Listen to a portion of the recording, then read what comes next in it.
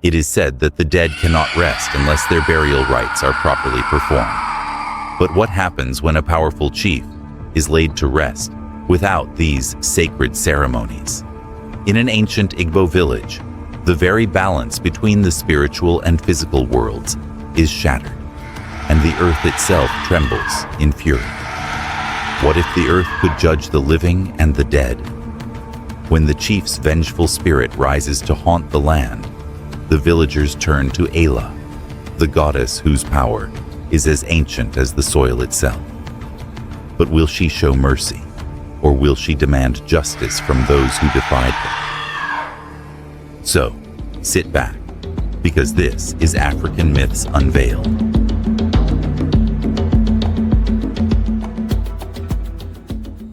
Before we dive deeper into the story, I have a quick question for you. I know that many of you are tuning in from different parts of the world, all united by a love for African mythology. So, I'd love to reconnect. Drop a comment below and let me know where you're watching from. I'll be in the comment section engaging with you. And if you're enjoying the content, a like and subscription would mean the world to me.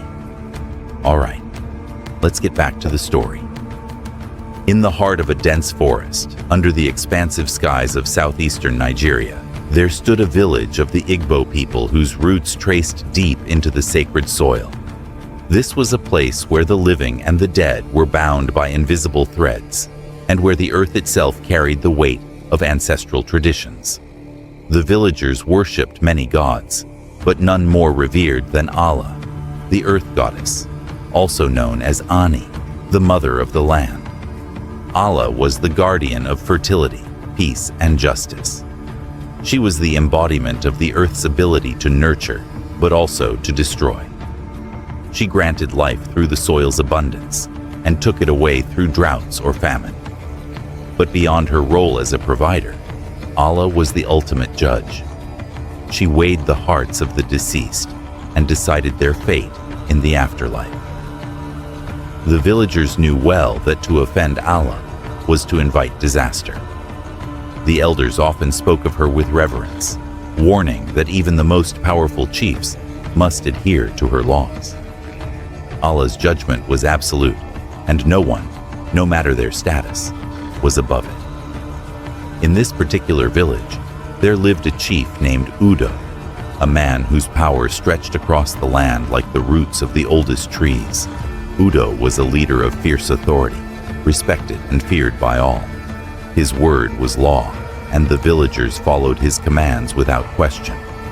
But as time wore on, Udo grew proud, dismissing the sacred rituals that were meant to honor the gods. He was too important, too mighty to worry about ceremonies that he deemed unnecessary. When Udo fell ill, his village prepared for the inevitable. But the chief, in his arrogance, refused to let his death be tainted by the humble rites of his ancestors. He told the elders, "My power is greater than any ritual. The earth itself will bend to my will." On the day of his death, the chief's body was laid to rest in a shallow grave.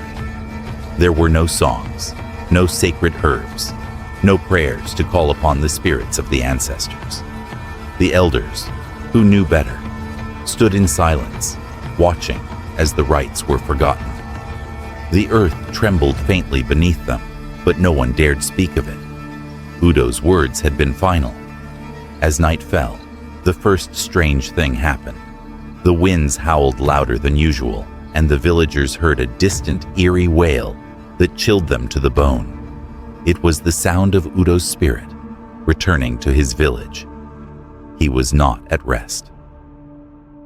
The next day, strange occurrences began. Crops that had flourished suddenly withered. Livestock fell ill and died.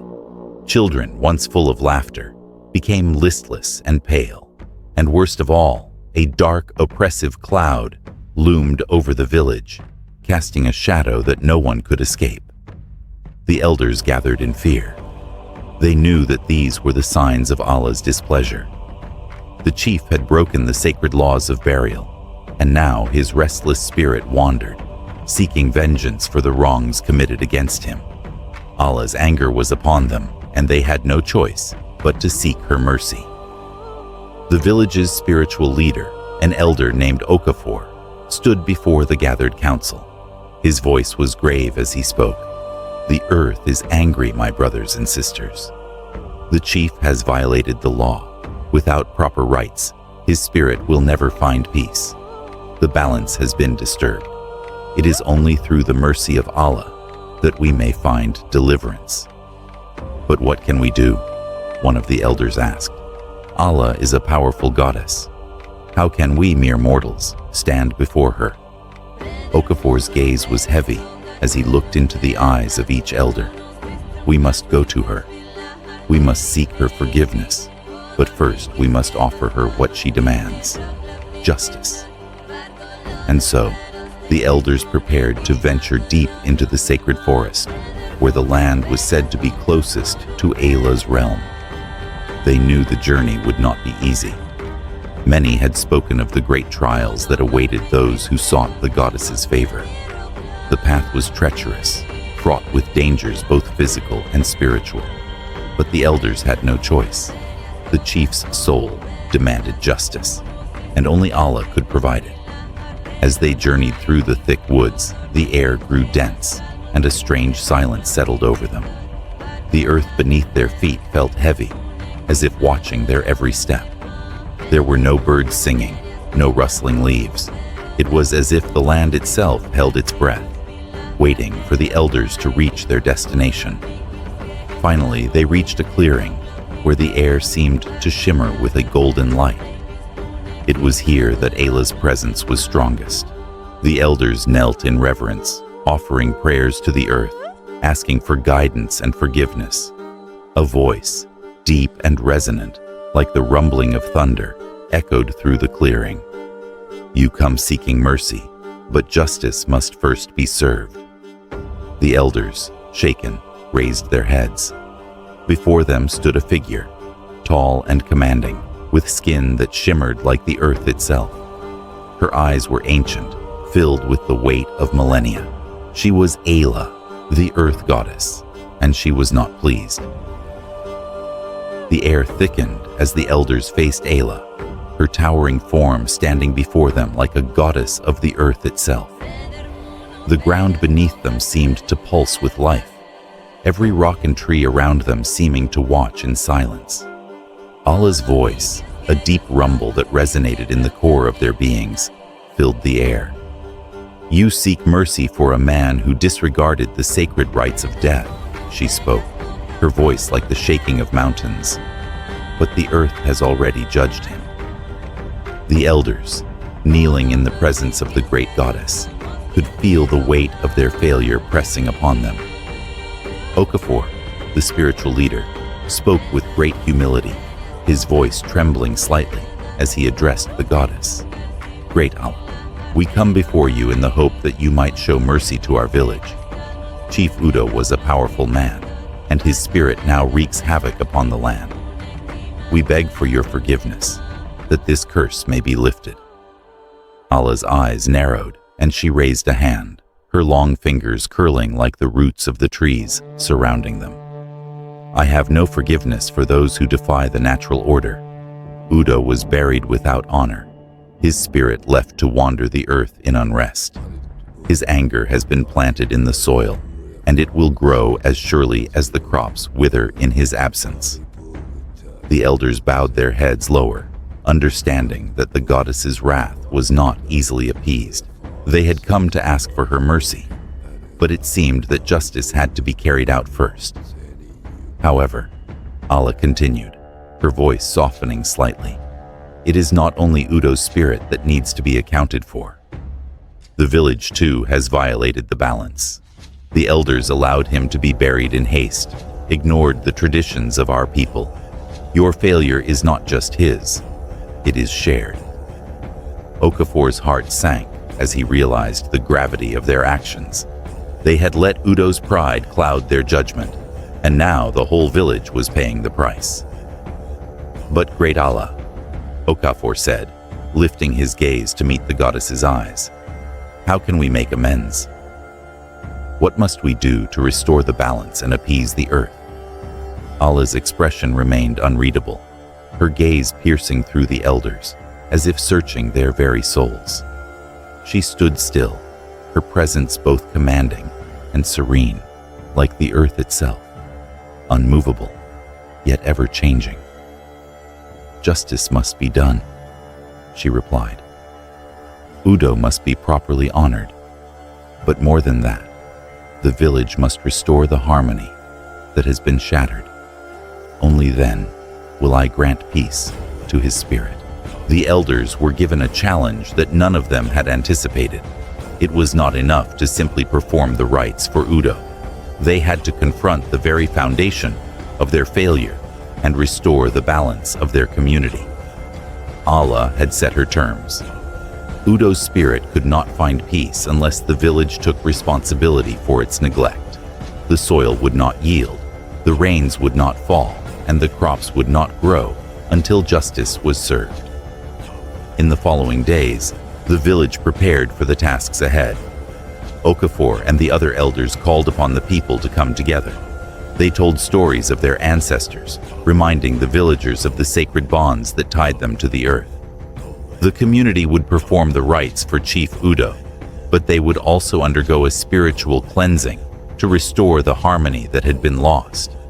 It was a process that would require deep introspection and sacrifice. At the same time, Udo's spirit continued to haunt the village. The once thriving community was now filled with unease. The wind howled through the trees at night, and the villagers could hear footsteps on the earth, though no one walked. Strange shadows appeared in the corners of their homes, flickering in the firelight. But it was the sound that haunted them the most, the unearthly wail of a spirit in torment, crying out for what had been denied. As the villagers worked together to prepare the sacred offerings and rituals, the earth seemed to respond.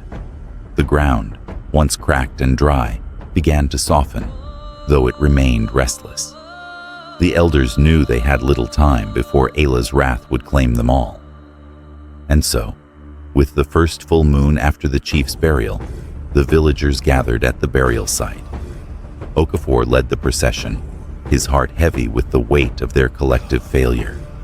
The entire village followed, carrying sacred items, leaves, herbs, offerings to appease the spirits of the ancestors, and they stood at the foot of Udo's grave.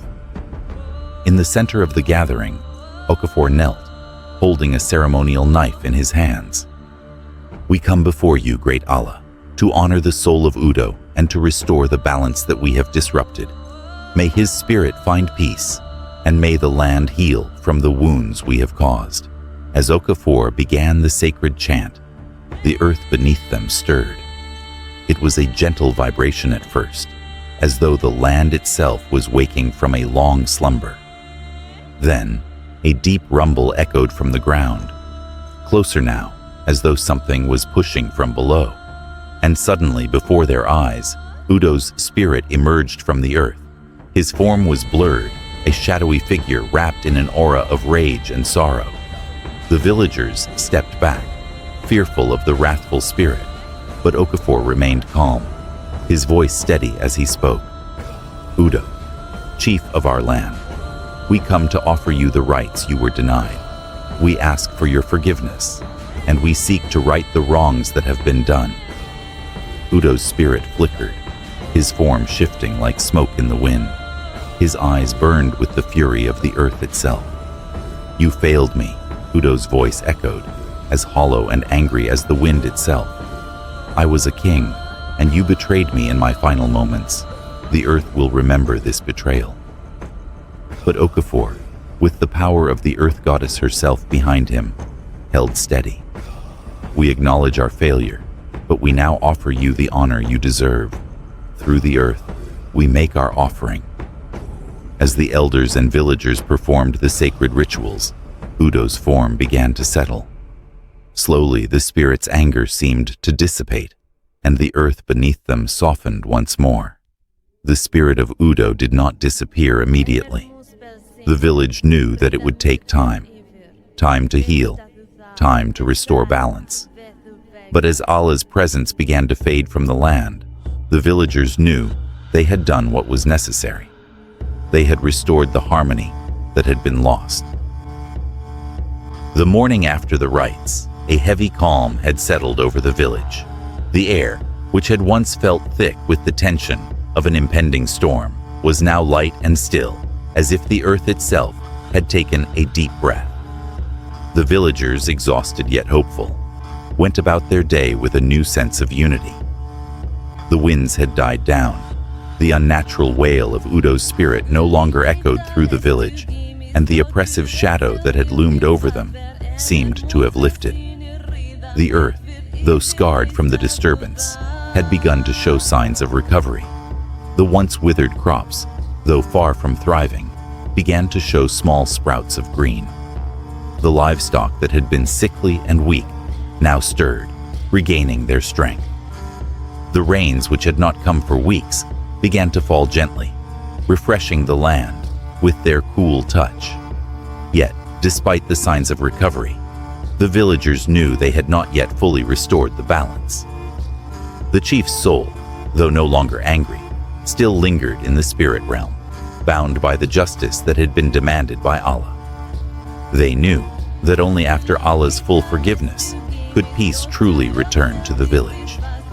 Okafor, the spiritual leader, stood in the center of the village one morning, looking out across the fields. His face was weary, but his heart was filled with resolve. The work was far from over. The elders had done their part, but the village as a whole needed to continue the process of healing. Several days later, the elders gathered once more. They had completed the sacred rites for Udo, restoring the honor he had been denied. Now, it was time to offer their final prayers to Allah, seeking her full blessing. In the heart of the village stood the sacred tree, a massive, ancient baobab that had stood for generations, its roots intertwined with the earth itself. It was here, beneath its vast branches, that the final offering would be made. The villagers, led by Okafor, would perform one last ritual to ensure that the earth was truly at peace. As they gathered around the tree, Okafor began to speak, his voice carrying over the quiet crowd. Great Allah, Earth Mother, we stand before you once more, humbled by your power. We have honored the dead, restored the rites, and learned the lessons of balance and respect. We ask that you now bring peace to our village, so that we may live in harmony with the land. The villagers stood in silence, eyes closed in prayer, offering up their deepest thanks to Allah for her mercy. The air grew still, and the earth beneath their feet seemed to stir in response. Then, a low rumbling began, distant but unmistakable. The ground trembled as if in answer to their plea, and there, in the heart of the village, Allah herself appeared once more. Her presence was less imposing than before, though still awe-inspiring. She was no longer a towering figure of judgment, but a more serene manifestation, her form blending seamlessly with the earth itself. Her skin shimmered like soil freshly turned, her eyes deep pools of wisdom and understanding. The goddess looked upon the villagers, and for a moment, there was silence. You have done what was needed, Allah spoke, her voice like the earth itself, a deep, grounding presence. You have restored the rites, acknowledged your wrongs, and brought justice to the land. Through your humility and effort, the balance has been regained.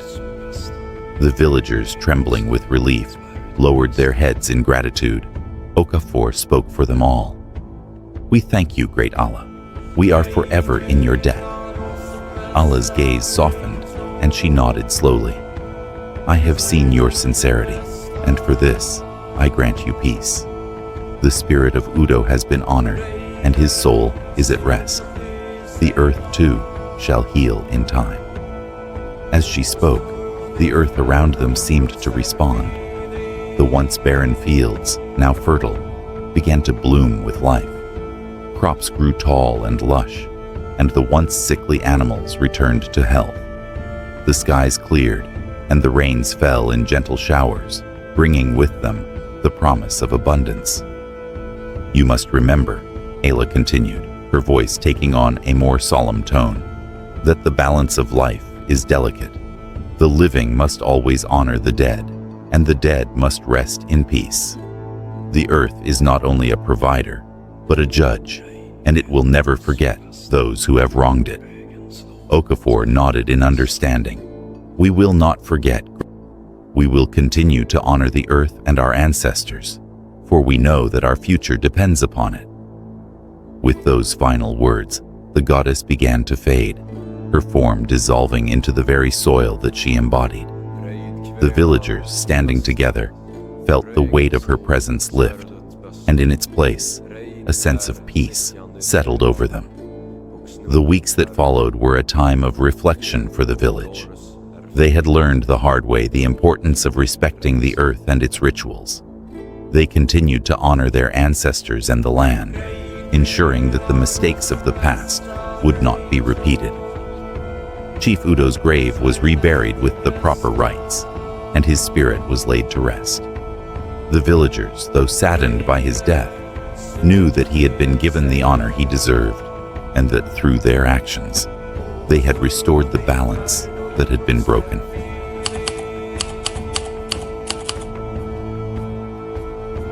This myth of Allah, the earth goddess, holds deep cultural significance for the Igbo people and many other African cultures. It speaks to the importance of maintaining balance and respect between the living and the dead, as well as the need to honor the earth and its traditions. Allah represents both the nurturing and destructive forces of the earth. She is a reminder that the land provides for all life, but also demands respect in return. In Igbo culture, the earth is not just a physical entity, but a spiritual one, imbued with the power to shape lives, weather, and prosperity. The myth of Allah teaches that the natural world is not to be taken for granted, and that the earth's blessings come with responsibilities. The respect for ancestors and the proper performance of burial rites are central to maintaining harmony with the earth and the spirit world. Allah's role as both a goddess of fertility and a judge of the dead emphasizes the interconnectedness of life, death, and the land. Her judgment is not a matter of personal vengeance, but a natural law that must be respected. This myth highlights the idea that justice must be balanced with mercy, and that the past must be honored to ensure the future. If you found this story of Allah, the earth goddess, intriguing, don't forget to like and comment below. Which African mythology would you like me to cover next? Let me know in the comments.